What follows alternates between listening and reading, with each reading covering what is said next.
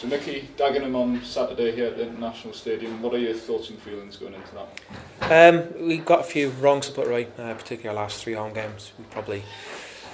Tempo wasn't quite there for us the way we wanted. Trying to get the message across to the lads. Teams will come and see that our last 3 games have been defeats, and they'll look at how teams played against us and set up, and we're anticipating Dagenham are going to do the same, which we've obviously watched them, and they have. They sit in and tend to counter attack. They invite us to try and break them down. As honest as our lads are, we need to find a way. We've worked on a lot of things this week where it's not all out attack. You know, we're trying to stay in the ball, good composed time, possession on the ball, and try and invite them out and then try and quickly play around them. So things we've worked on to try and put right for Saturday. And what's your assessment of Dagenham as a team? You touched on it there and how they play, but what threats do they pose? Physical side, they've got the big lad in from Maidstone up top, and they had a suspension as well. They're going through a bit of a rough patch themselves, like the money situation, but again, they're still a big club. You know, they're going to have a big pull in that area. Obviously, the London area being, you have to choose from a big pool of players, good athletes.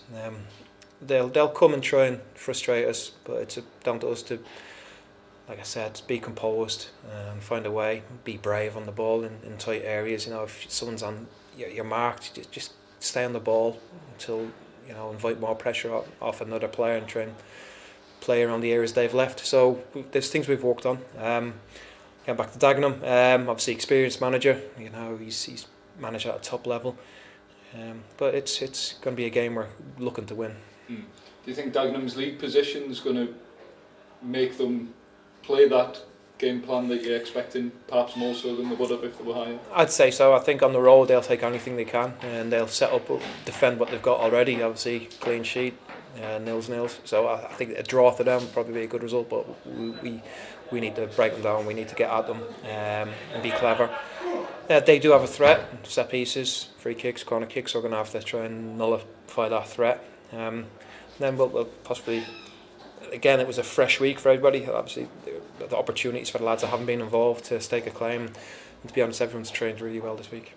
Have you been sort of victims of your own success in a way when you've completely outplayed teams and tore them apart, and then teams are sort of seeing how you play, and then?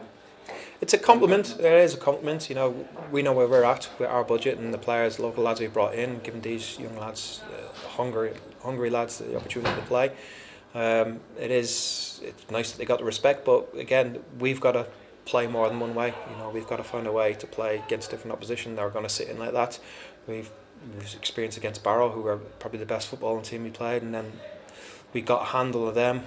So we need to find a way. And do you know what? They're eager to learn, and they take on information pretty well. So I think they've got to go out there and prove themselves a point. Has there been any particular focus on messaging training this week leading up to the game?